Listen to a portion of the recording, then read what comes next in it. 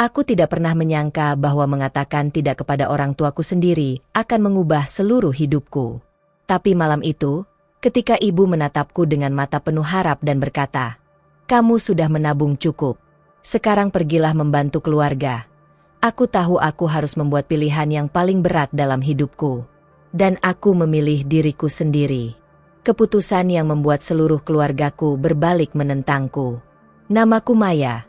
Dan ini adalah kisah tentang bagaimana aku belajar bahwa mencintai diri sendiri bukanlah tindakan egois, meskipun semua orang mengatakan itu. Jika kamu pernah merasa bersalah karena memprioritaskan dirimu sendiri, tekan tombol subscribe sekarang. Karena cerita ini mungkin akan mengubah cara pandangmu tentang pengorbanan dan keluarga. Semuanya dimulai 3 bulan yang lalu. Aku baru saja mendapatkan promosi di perusahaan tempat aku bekerja sebagai manajer keuangan. Setelah 6 tahun bekerja keras, akhirnya gajiku naik signifikan. Aku sangat bahagia. Bukan karena uangnya, tapi karena semua pengorbananku akhirnya terbayar. Aku ingat bagaimana aku melewatkan begitu banyak momen bersama teman-teman, bagaimana aku bekerja lembur hampir setiap hari, bagaimana aku belajar sendiri di malam hari untuk meningkatkan kemampuanku. Tabunganku sudah mencapai angka yang cukup untuk membeli apartemen kecil. Itu impianku sejak kuliah. Aku ingin punya tempat sendiri. Bukan karena aku tidak mencintai keluargaku, tapi karena di usia 32 tahun, aku merasa sudah waktunya untuk mandiri sepenuhnya. Aku sudah tinggal sendiri di rumah kos selama bertahun-tahun. Tapi memiliki properti sendiri itu berbeda. Itu adalah simbol keberhasilanku. Bukti bahwa semua perjuanganku tidak sia-sia. Tapi kebahagiaan itu tidak bertahan lama. Suatu malam, ibu meneleponku. Suaranya terdengar lelah. "Maya, bisakah kamu pulang akhir pekan ini? Ada yang perlu kita bicarakan." Aku langsung merasa ada yang tidak beres. Ibu tidak pernah memintaku pulang dengan nada seperti itu. Biasanya dia santai, bahkan kadang bercanda. Tapi kali ini berbeda. Ketika aku sampai di rumah orang tuaku di pinggiran kota, suasananya memang terasa berat. Ayah duduk di ruang tamu dengan wajah serius. Adik laki-lakiku, Doni, ada di sana juga dengan istrinya, Sinta. Dan yang membuatku sedikit waspada, kakak perempuanku, Rina, juga hadir dengan suaminya. Ini jelas bukan kumpul keluarga biasa. "Duduklah, Maya," kata ayah. Aku duduk di sofa. Jantungku mulai berdebar. "Kami ingin bicara tentang masa depan keluarga kita."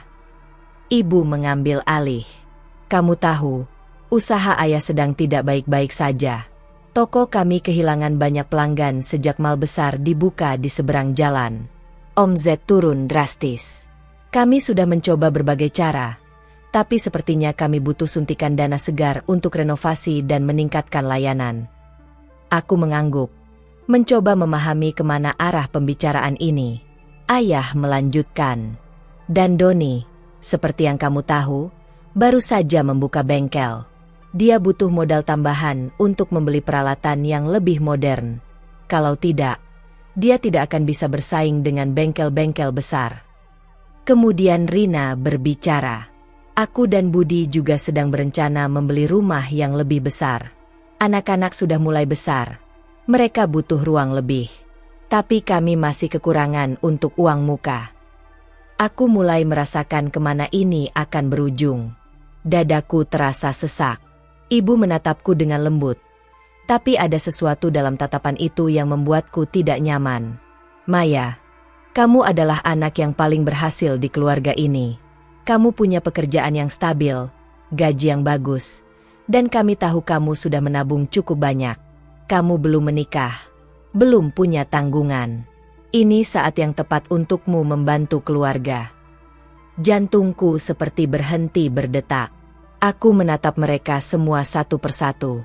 Semuanya menatapku dengan penuh harap. Bahkan Sinta dan Budi, yang biasanya diam saja, kali ini ikut mengangguk setuju. "Maksud kalian apa?" tanyaku pelan. Meskipun aku sudah tahu jawabannya. Ayah berdehem. "Kami pikir akan adil jika kamu menyumbangkan sebagian tabunganmu untuk membantu usaha keluarga. Untuk toko kami, untuk bengkel Doni, dan untuk membantu Rina. Kita adalah keluarga. Maya, ketika satu orang berhasil, dia harus membantu yang lain. Aku terdiam. Pikiranku berkecamuk. Selama bertahun-tahun, aku bekerja keras. Aku tidak meminta bantuan dari siapapun. Ketika aku kuliah, aku bekerja paruh waktu untuk membantu biaya hidupku. Ketika aku baru lulus dan gajiku masih kecil, aku tetap berusaha menabung sedikit demi sedikit. Aku melewatkan liburan, melewatkan belanja barang-barang yang aku inginkan, hanya agar bisa mencapai impianku. Dan sekarang, mereka memintaku menyerahkan semuanya begitu saja. Berapa yang kalian butuhkan? Tanyaku akhirnya. Ibu tersenyum, seperti sudah yakin aku akan setuju. Kami sudah hitung-hitung. Sekitar 700 juta rupiah. Itu akan cukup untuk semua kebutuhan kami. 700 juta. Hampir seluruh tabunganku. Aku menarik napas panjang. Itu hampir semua uang yang aku punya. Itu untuk apartemenku. Doni angkat bicara. Kak Maya, untuk apa kamu beli apartemen sekarang? Kamu masih sendiri. Nanti kalau sudah menikah baru beli rumah. Sekarang keluarga kita yang butuh. Ini lebih penting. Rina menambahkan. Benar. Kamu sudah punya kos yang nyaman. Apartemen bisa ditunda. Tapi kebutuhan keluarga tidak bisa menunggu. Aku merasakan kemarahan mulai membakar di dadaku. Jadi menurut kalian, impianku tidak penting? Karena aku belum menikah, maka hidupku harus ditunda demi kalian semua. Ibu terlihat terkejut dengan nadaku. Maya, jangan bicara seperti itu. Kami tidak mengatakan impianmu tidak penting. Tapi keluarga harus saling membantu. Dulu ketika kamu masih kecil, siapa yang membiayai sekolahmu? Siapa yang memberimu makan? Sekarang saatnya kamu membalas budi. Kata-kata itu seperti tamparan. Membalas budi. Seolah-olah semua yang mereka lakukan untukku adalah hutang yang harus kubayar. Ibu, aku sudah membantu. Setiap bulan aku mengirim uang untuk kalian. Ketika ayah sakit tahun lalu, aku yang bayar semua biaya rumah sakit. Ketika Doni menikah, aku yang kasih amplop paling besar. Aku tidak pernah berhenti membantu keluarga ini. Ayah mengetuk meja. Itu berbeda. Maya, itu bantuan kecil. Sekarang kami butuh bantuan besar. Dan kamu mampu memberikannya. Aku berdiri. Tanganku gemetar. Tidak. Ruangan itu tiba-tiba sunyi. Semua orang menatapku dengan tidak percaya. Apa? Ibu berbisik. Aku bilang tidak. Aku tidak akan memberikan tabunganku. Itu uangku, hasil kerja kerasku.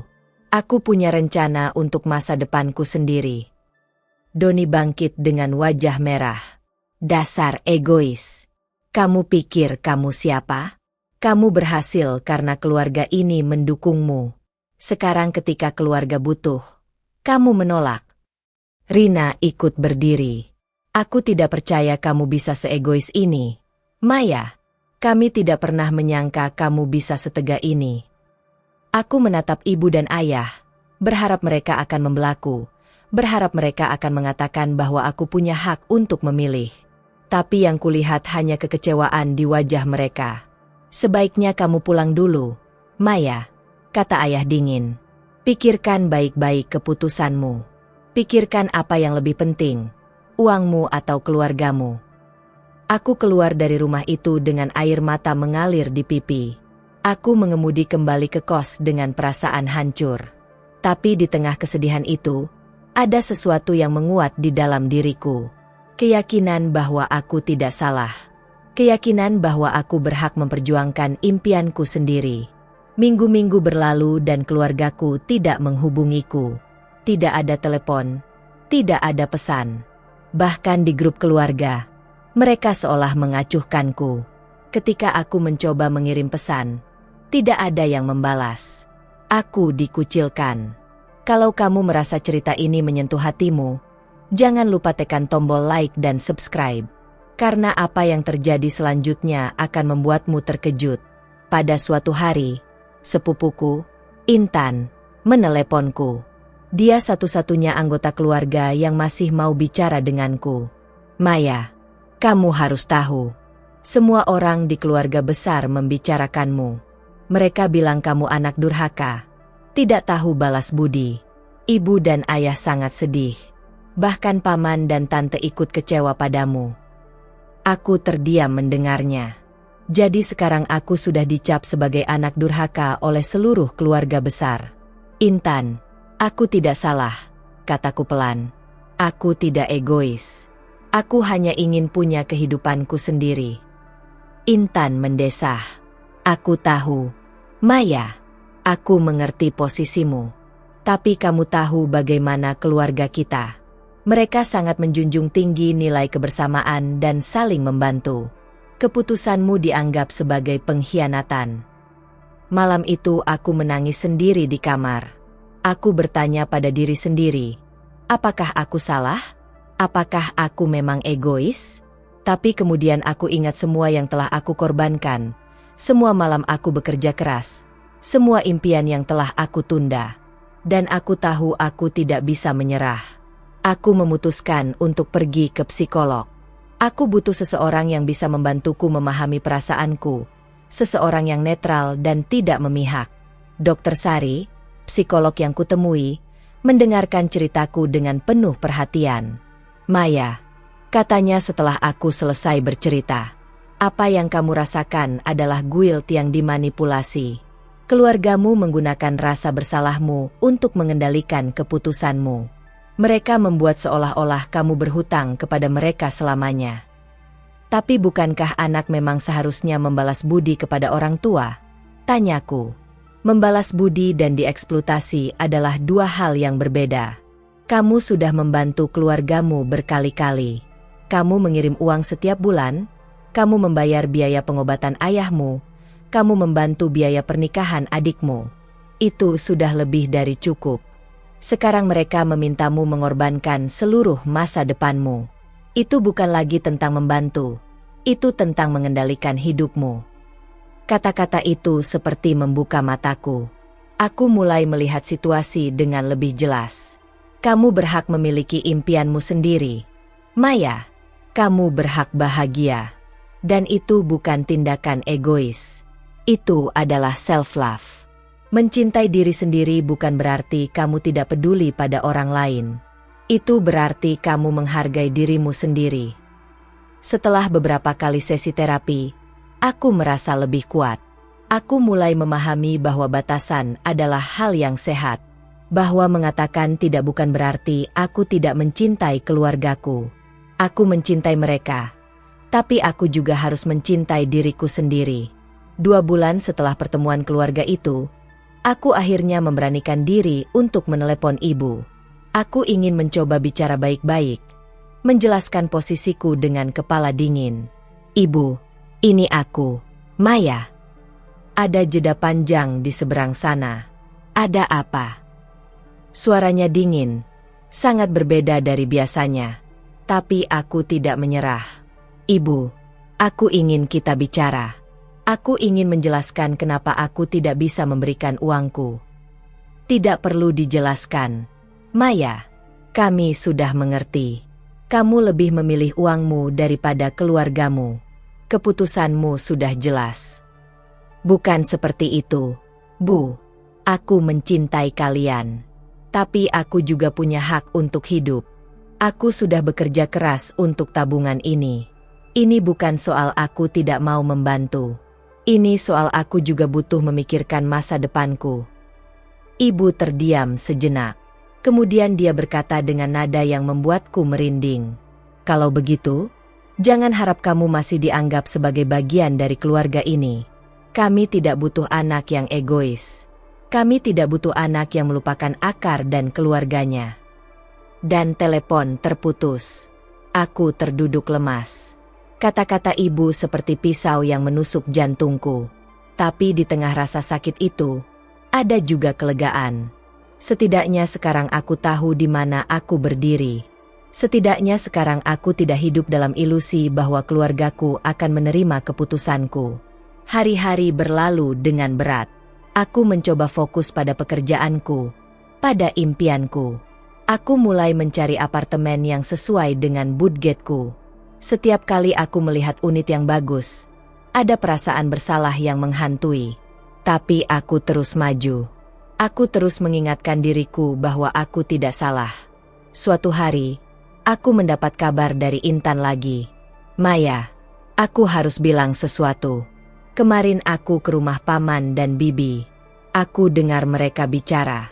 Ternyata, kondisi toko ayahmu tidak seburuk yang mereka katakan. Mereka masih punya pelanggan tetap dan omsetnya stabil. Dan bengkel Doni, sebenarnya dia sudah punya cukup modal. Dia hanya ingin membeli peralatan yang lebih mahal agar bengkelnya terlihat lebih mewah. Aku tercekat. Apa maksudmu?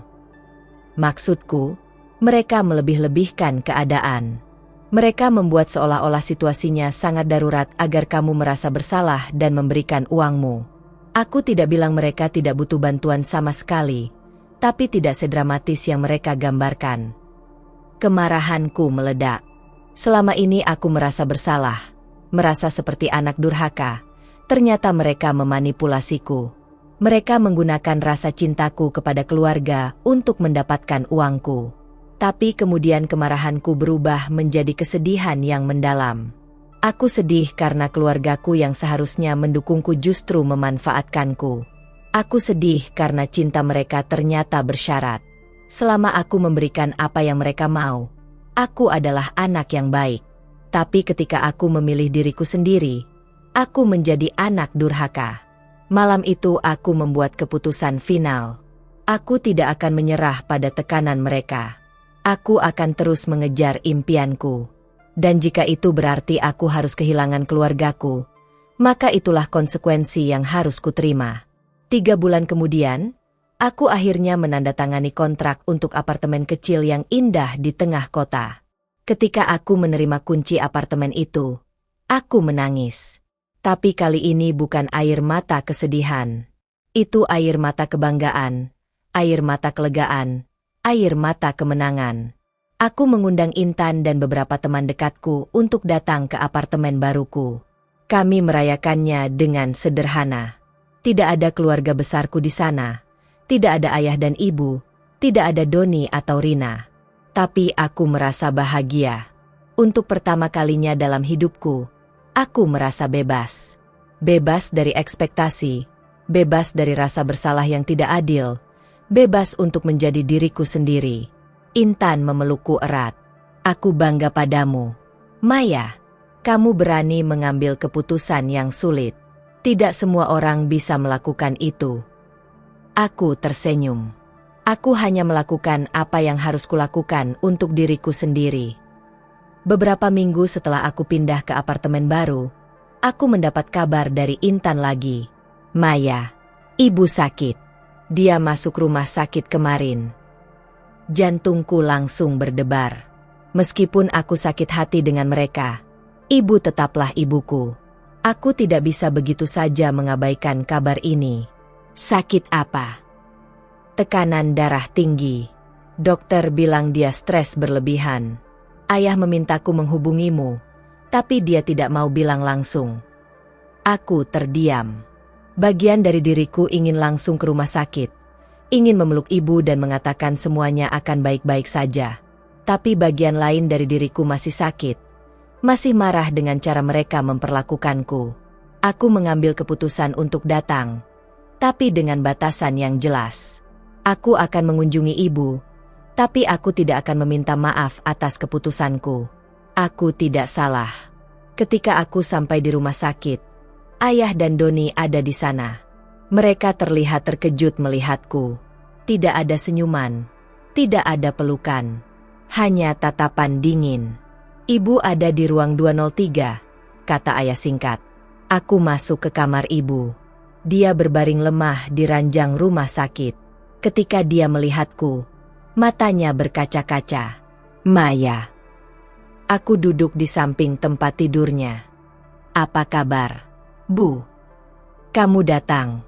bisiknya. Tentu saja aku datang. Kamu ibuku. Air mata ibu mengalir. Aku minta maaf. Maya, aku minta maaf karena telah membuatmu merasa bersalah. Aku minta maaf karena tidak menghargai kerja kerasmu. Aku sadar sekarang. Aku terlalu egois. Aku hanya memikirkan kebutuhan keluarga tanpa memikirkan perasaanmu. Aku tidak menyangka akan mendengar kata-kata itu dari ibu. Air mataku juga mulai jatuh. Selama aku berbaring di sini, lanjut ibu, aku banyak berpikir. Aku memikirkan bagaimana aku membesarkanmu, bagaimana aku mengajarkanmu untuk mandiri dan bekerja keras. Dan kemudian ketika kamu berhasil, aku justru mencoba mengendalikan hidupmu. Itu salah. Aku salah. Aku menggenggam tangan ibu. Bu, aku tidak pernah berhenti mencintai kalian. Tapi aku juga harus mencintai diriku sendiri. Aku butuh membangun masa depanku sendiri. Ibu mengangguk lemah. Aku mengerti sekarang. Dan aku bangga padamu. Maya, aku bangga kamu punya keberanian untuk memilih dirimu sendiri. Maafkan ibu. Kami berpelukan dan menangis bersama. Untuk pertama kalinya dalam berbulan-bulan, aku merasa beban di pundakku terangkat. Tidak semua masalah terselesaikan dalam sekejap. Ayah, Doni, dan Rina masih belum bisa menerima keputusanku sepenuhnya. Tapi setidaknya ibu mengerti. Dan itu sudah cukup untukku saat ini. Hubunganku dengan keluarga perlahan mulai membaik. Meskipun tidak akan pernah sama seperti dulu. Ada jarak yang tercipta. Ada luka yang butuh waktu untuk sembuh. Tapi aku belajar bahwa itu tidak apa-apa. Tidak semua hubungan harus sempurna. Yang penting adalah kejujuran dan batasan yang sehat. Aku terus hidup di apartemenku, terus mengejar karirku, terus membangun kehidupan yang kuinginkan. Dan setiap hari, aku belajar untuk tidak merasa bersalah atas pilihan yang kubuat. Aku belajar bahwa mencintai diri sendiri bukan pengkhianatan terhadap keluarga. Itu adalah bentuk penghargaan tertinggi terhadap diriku sendiri. Jika kamu sampai di titik ini, artinya cerita ini benar-benar menyentuhmu. Jangan lupa subscribe, aktifkan lonceng notifikasi, dan bagikan video ini kepada orang-orang yang mungkin sedang mengalami situasi serupa. Karena kadang, seseorang hanya butuh mendengar bahwa memilih diri sendiri itu tidak salah. Beberapa bulan kemudian, aku bertemu dengan seorang pria bernama Arif di sebuah seminar bisnis. Dia adalah pengusaha muda yang sukses. Kami mulai sering berbicara, dan perlahan kami dekat. Ketika aku menceritakan kisahku tentang keluarga, dia tidak menghakimi. Dia justru mengatakan bahwa keberanianku memilih diriku sendiri adalah hal yang langka dan berharga. Banyak orang hidup untuk memenuhi ekspektasi orang lain, katanya. Tapi kamu memilih untuk hidup untukmu sendiri. Itu membutuhkan keberanian luar biasa. Hubungan kami berkembang dengan indah. Arif adalah orang yang menghargai independensiku, yang mendukung impian-impianku. Dia tidak mencoba mengendalikan atau mengubahku. Dia menerimaku apa adanya. Suatu hari, Arif berkata, "Maya, aku ingin bertemu keluargamu. Aku ingin mereka tahu bahwa aku serius denganmu." Aku ragu. Aku tidak yakin bagaimana keluargaku akan bereaksi. Tapi Arif meyakinkanku. Kita hadapi bersama. Apapun yang terjadi, aku di sampingmu. Kami akhirnya mengunjungi rumah orang tuaku. Suasananya canggung pada awalnya. Ayah dan Doni masih terlihat dingin. Tapi ibu menyambut kami dengan hangat. Dia sudah banyak berubah sejak sakit kemarin.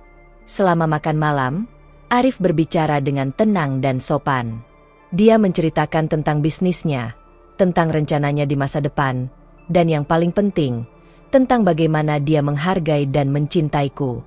Saya tahu Maya telah membuat keputusan yang sulit beberapa bulan lalu, kata Arif. Dan saya ingin Bapak dan Ibu tahu bahwa saya sangat menghormati keputusan itu. Maya adalah wanita yang kuat dan mandiri. Dia tahu apa yang dia inginkan dalam hidup. Dan itu adalah salah satu hal yang saya cintai dari dia. Aku melihat ayah melunak sedikit. Meskipun dia tidak mengatakan apa-apa, aku bisa melihat ada perubahan di matanya. Setelah makan malam, ibu menarikku ke samping. Dia pria yang baik. Maya, dia menghargaimu. Ibu senang kamu menemukan seseorang seperti dia. Aku tersenyum. Terima kasih, Bu. Dan Maya, ibu menggenggam tanganku. Ibu ingin kamu tahu, ibu sudah menceritakan semuanya kepada ayah, Doni, dan Rina. Tentang bagaimana kita salah memperlakukanmu. Mereka masih butuh waktu untuk benar-benar memahami, tapi setidaknya mereka mulai mendengarkan. Aku memeluk ibu. Mungkin keluarga kami tidak akan pernah kembali seperti dulu. Mungkin akan selalu ada bekas luka dari masa lalu. Tapi setidaknya sekarang ada pemahaman. Ada usaha untuk memperbaiki. Hari ini, setahun setelah aku mengatakan tidak kepada keluargaku, aku duduk di balkon apartemenku sambil menikmati secangkir kopi. Arif ada di sampingku, membaca buku. Kehidupan kami sederhana tapi penuh kebahagiaan. Aku menerima pesan dari grup keluarga. Untuk pertama kalinya setelah sekian lama, mereka mengundangku ke acara ulang tahun ayah. Tidak ada paksaan. Tidak ada tuntutan, hanya undangan sederhana. Aku tersenyum membaca pesan itu. Aku membalas bahwa aku akan datang. Perjalanan ini mengajarkanku banyak hal. Mengajarkanku bahwa keluarga itu penting, tapi bukan berarti kita harus mengorbankan seluruh hidup kita untuk mereka. Mengajarkanku bahwa batasan itu sehat dan perlu. Mengajarkanku bahwa mencintai diri sendiri bukan tindakan egois, tapi adalah tindakan paling bijaksana yang bisa kita lakukan. Kadang dalam hidup, kita harus membuat pilihan sulit. Kita harus memilih antara menyenangkan orang lain atau menyenangkan diri sendiri.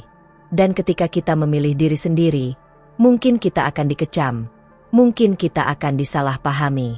Tapi pada akhirnya, hanya kita yang akan hidup dengan konsekuensi pilihan kita. Hanya kita yang akan bangun setiap pagi dengan kehidupan yang kita ciptakan. Jadi pilihlah dengan bijak. Pilihlah dengan keberanian. Dan jangan pernah merasa bersalah karena memilih kebahagiaanmu sendiri. Karena pada akhirnya, hidupmu adalah milikmu. Dan kamu berhak menjalaninya dengan cara yang membuatmu bahagia.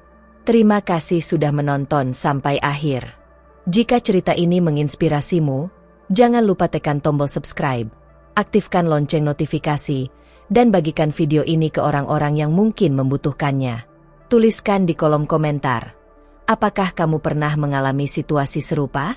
Bagaimana kamu menghadapinya? Mari kita saling mendukung di kolom komentar. Sampai jumpa di video berikutnya.